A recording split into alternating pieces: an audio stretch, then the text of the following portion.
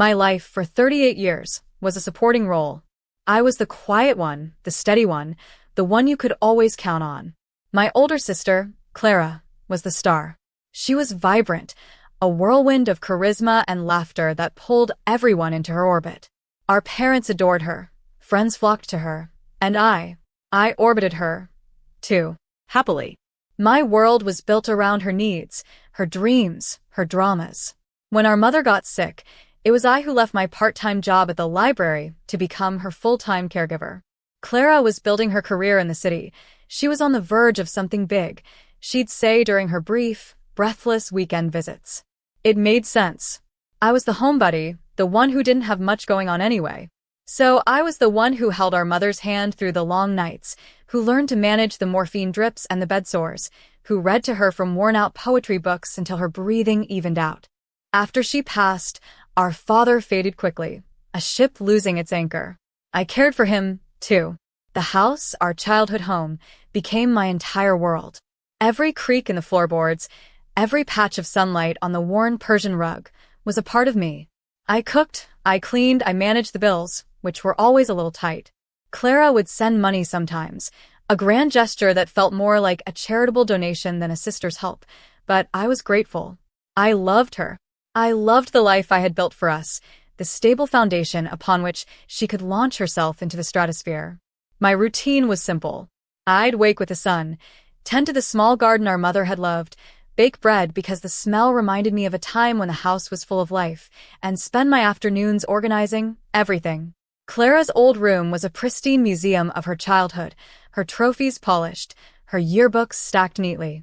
I was the keeper of our family's memories, the silent curator of our shared past. My sacrifice, as some might call it, never felt like one. It felt like purpose. It felt like love. The day of Clara's funeral was cold and gray, the kind of damp cold that seeps right into your bones. The car accident had been sudden, a brutal, senseless stop to a life lived at full speed.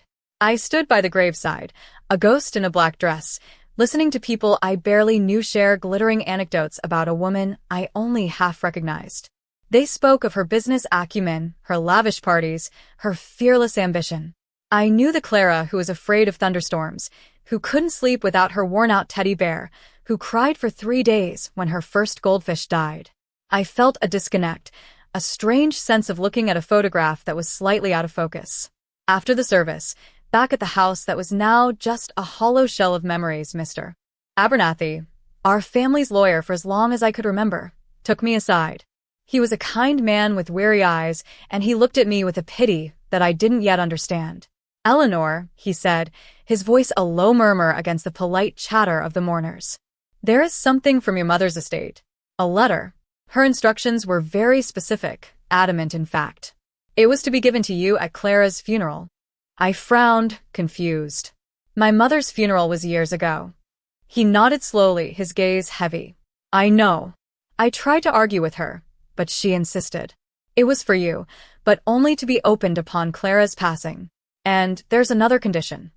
He glanced around the crowded living room at the friends and distant relatives sipping tea. "You must read it alone. Completely alone." She said I had to make sure of it. A chill, colder than the November air, snaked down my spine.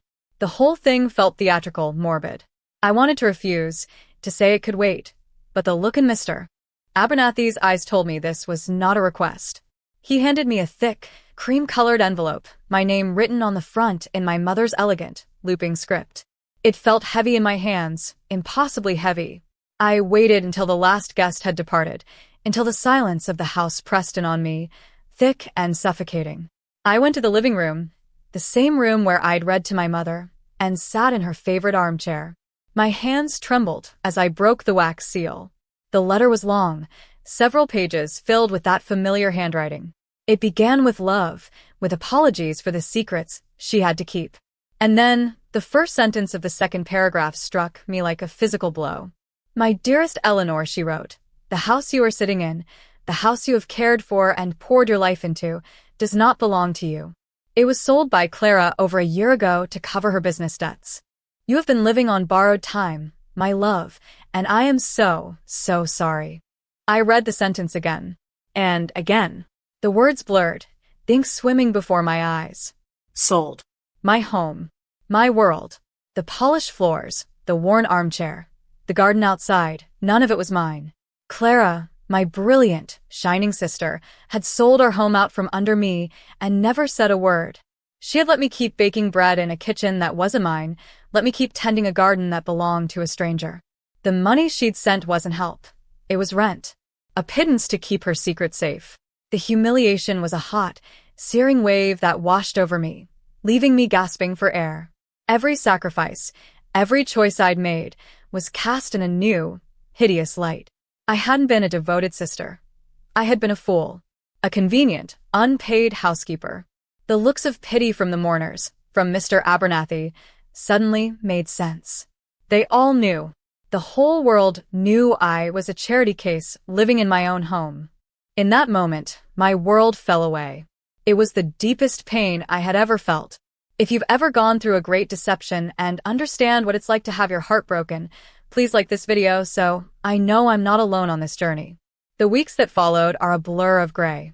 The eviction notice came, a cold, formal letter that felt like a final twist of a knife. I had 30 days. 30 days to dismantle a life, to pack up the memories of a family that now felt like a fiction. I moved in a fog of disbelief and a grief so profound it was a physical weight on my chest. It wasn't just grief for Clara, or for my home. It was grief for the person I thought I was, for the life I believed I had lived. I packed boxes with a deadness in my soul. Every object I touched was tainted. Our mother's china, which I had so carefully preserved, felt like a prop in a play, where I was the only one who didn't know my lines. Clara's childhood drawings felt like forgeries. The silence in the house was my constant companion, broken only by the sound of my own hollow breathing. I stopped eating, stopped sleeping. I would sit for hours in the empty living room, staring at the indentations in the carpet where the furniture used to be, feeling just as empty. My friends, the few I had, tried to reach out, but I couldn't bring myself to answer their calls. How could I explain? How could I put words to the scale of the betrayal? It was too monstrous, too complete. My entire identity had been a lie constructed by my sister for her own convenience. I ended up in a tiny, one-room apartment on the other side of town, the kind with thin walls and the constant smell of boiled cabbage in the hallway. The little savings I had, cobbled together from years of frugal living, was draining away at an alarming rate. I was adrift, with no skills to speak of besides caregiving and housekeeping, and my heart was too shattered to even think about starting over. I was at the bottom of a well, and I had no energy left to even look up at the light. One night, unable to sleep, I was rummaging through the last unpacked box. It was filled with my mother's things, items I couldn't bear to part with but couldn't bear to look at either.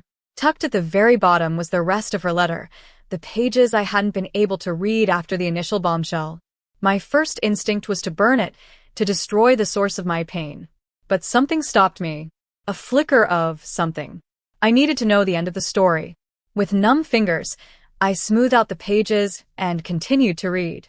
My mother's words were full of remorse, but also a strange, fierce strength. I know what Clara has done, she wrote. I see the parts of her father in her, the ambition that blinds her to the hearts of others. I cannot stop her, not from this bed. But I can give you something that is truly yours, something she can never touch, never sell, never understand. It is your inheritance, Eleanor. Not of money or property, but of a different kind of wealth. She told me to go to the old cedar chest in the attic, the one I had packed away without a second thought. She gave me instructions to find a false bottom I never knew existed. Inside, she wrote, you will find my truth. And I hope, in time, it will help you find yours. The next day, I made the trip to the storage unit where I'd stored the few pieces of furniture I'd kept. The air was stale and cold.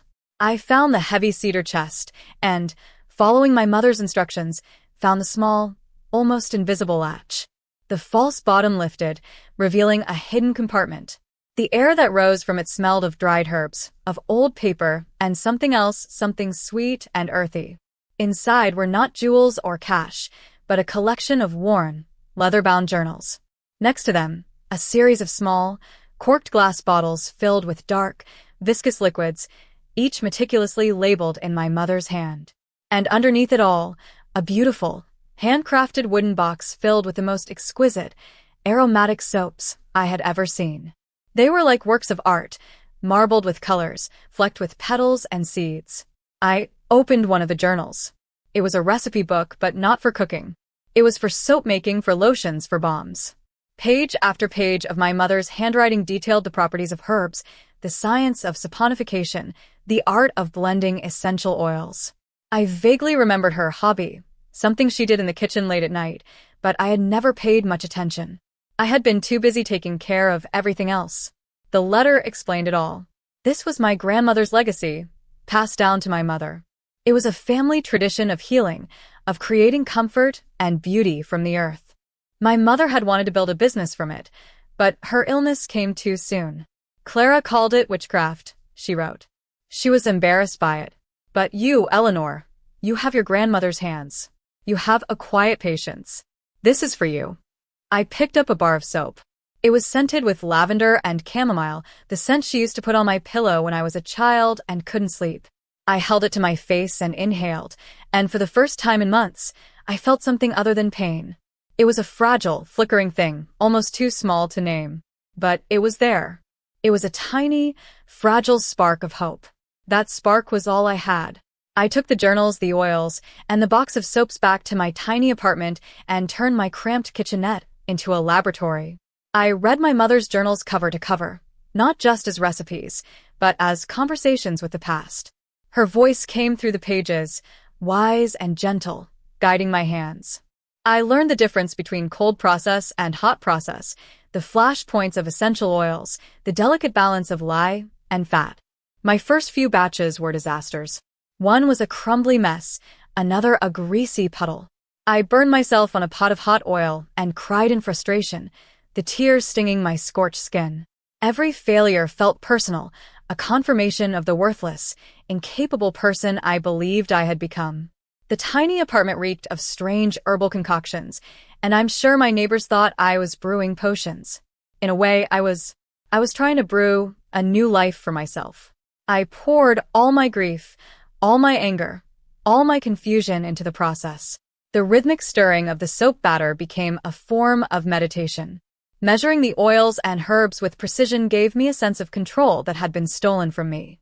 I was starting with broken pieces, my broken heart, my shattered life, and through chemistry and patience, I was creating something whole, something solid and beautiful.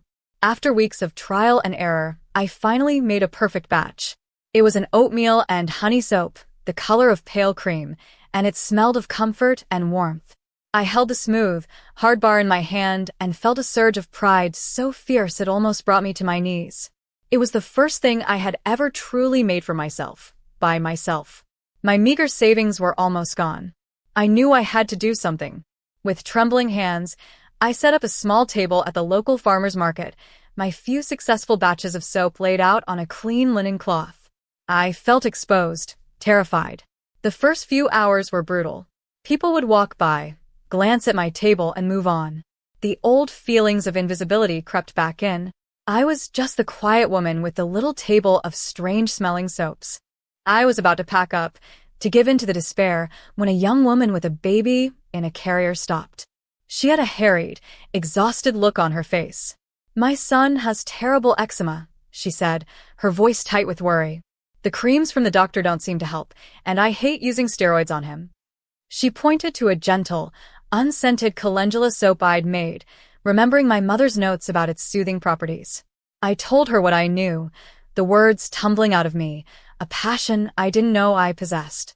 I wasn't selling, I was sharing. I told her about my mother's journals, about the natural ingredients.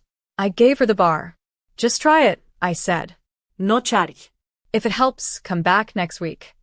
She came back the next week.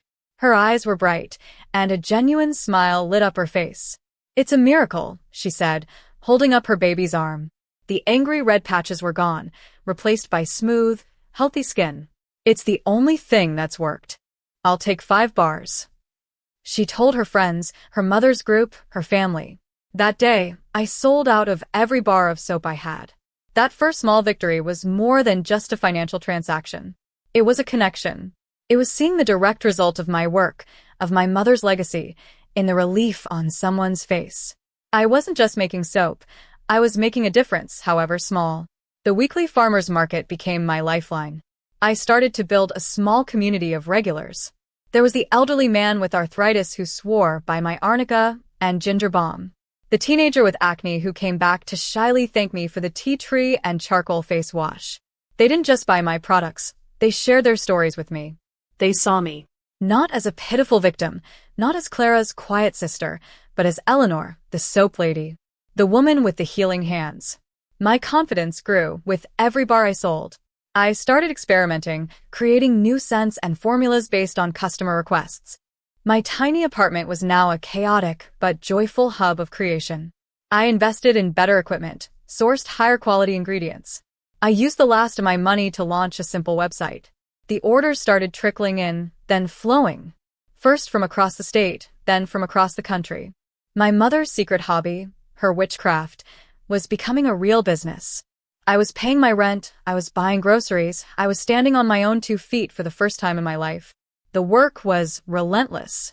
There were days my back ached from standing and my hands were raw from lie. But it was a good kind of tired, the ache of building something real. It was there, with my own hands, that I began to rewrite my story. I stopped being the victim and became the author of my own destiny. If my journey of overcoming is inspiring you, subscribe to the channel to follow the next chapters and become part of this community of new beginnings. 2 years passed. My business, which I named Eleanor's Legacy, had outgrown my apartment.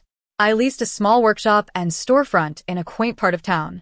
I even hired a part-time employee, a bright young woman who shared my passion for natural ingredients. The shop was my sanctuary, filled with the comforting scents of lavender, rosemary, and sandalwood. It was more than a business. It was a testament to my survival, to my mother's quiet strength. Life had found a new rhythm, one of peace and purpose. The deep wound of Clara's betrayal had scarred over.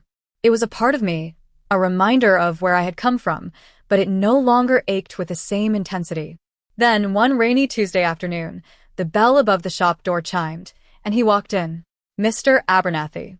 He looked older, more tired than I remembered, his shoulders stooped under the weight of his overcoat.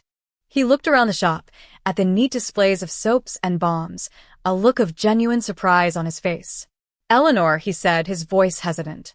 I saw your feature in the local business journal. It's quite impressive what you've built. I offered him a polite, distant smile. Can I help you with something, Mr. Abernathy? He shifted his weight, clearly uncomfortable. I'm here on behalf of your aunt, Clara's mother-in-law, Martha. Actually, her ex-mother-in-law. I felt a knot tighten in my stomach. I hadn't seen any of Clara's in-laws since the funeral. Clara's husband, Robert, left her 6 months before she died, he explained, his eyes not quite meeting mine. Her business had collapsed. The debts, they were astronomical. The house was just the beginning. She had borrowed against everything, cashed out her retirement, taken loans from people you don't want to owe money to. The glittering image of my successful sister shattered into 1,000 more pieces. Her life hadn't been a glamorous ascent. It had been a desperate, frantic scramble. Martha feels a great deal of remorse, he continued. She knew Clara had sold the house. She knew you were left with nothing. She'd like to make amends. She's offering you a substantial sum of money. The old Eleanor would have been grateful. The old Eleanor would have felt the familiar pull of obligation, the need to smooth things over, to accept whatever was offered. But I wasn't the old Eleanor anymore. I looked at the man who had handed me the letter that had destroyed my world, and I felt nothing but a calm, clear certainty. Thank you, Mr. Abernathy, I said, my voice even and steady. But I'm not interested. He looked stunned. But it's a very generous offer. It could help you expand, secure your future. I gestured around my little shop, at the shelves I had built with my own hands, at the products I had created from my own knowledge. My future is secure, I said. I built it myself. I don't need her money. I don't want it. This wasn't about pride or revenge. It was simpler than that. It was about self-respect. Accepting that money would have felt like acknowledging that what I had lost could be replaced with a check. It couldn't. It would have meant re-entering that old story, the one where I was the poor, dependent victim. I had written a new story now, and I was the hero of it. Please tell Martha, I said, my voice softening slightly, that I appreciate the gesture. But the most valuable thing my family left me wasn't a house or money. It was a box of old recipes. And that inheritance is priceless. He stood there for a long moment, the unspoken truths hanging in the air between us. He saw it then. He saw that I was no longer the fragile, broken woman he had pitied at the funeral. I was a woman who had walked through fire and built a life in the ashes. He simply nodded, turned, and walked out of the shop, the bell chiming his departure. As the door closed, I took a deep breath, inhaling the scent of my own creation. I felt a profound sense of peace settle over me. The final ghost of my past had been faced, not with anger or bitterness, but with a quiet dignity that was all my own. My legacy isn't one of bitterness. It's here, in these walls, in the gentle products I create that bring comfort to others. My work connects me to my mother, to my grandmother, to a lineage of quiet, strong women who knew how to make something beautiful and healing out of the simple things the earth provides. I found my purpose not by inheriting a fortune, but by uncovering a truth hidden beneath the floorboards of a life I thought I knew. The betrayal that almost destroyed me became the catalyst for my rebirth. It forced me to dig deep, to find a strength I never knew I possessed, to build a life that was truly and completely my own. I no longer live in the shadow of anyone. I stand in my own light, a light I nurtured from the tiniest, most fragile spark. Today, I understand that the wounds of the past don't define who we are, but what we do with them does. I am immensely grateful that you have listened to my story this far. If it has touched you, share it with someone who needs a light, and leave a comment with a word of strength and hope. Together, we are stronger.